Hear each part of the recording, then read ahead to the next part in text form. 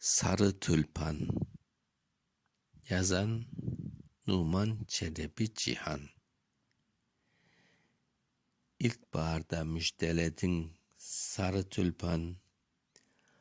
Bari böyle solmasaydın hiçbir zaman.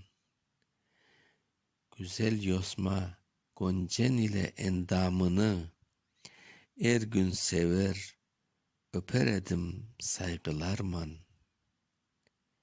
Gönlümüzünü hoşlandırdın sarı tülpan.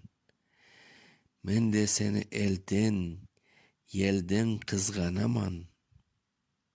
Uzaklardan, kökten cere ziya serpen, güneşlerin, yıldızların közü yaman. Sarı tülpan, bahçamızı şenlendirdin. Pek az zaman, kınk ruhum eglendirdin.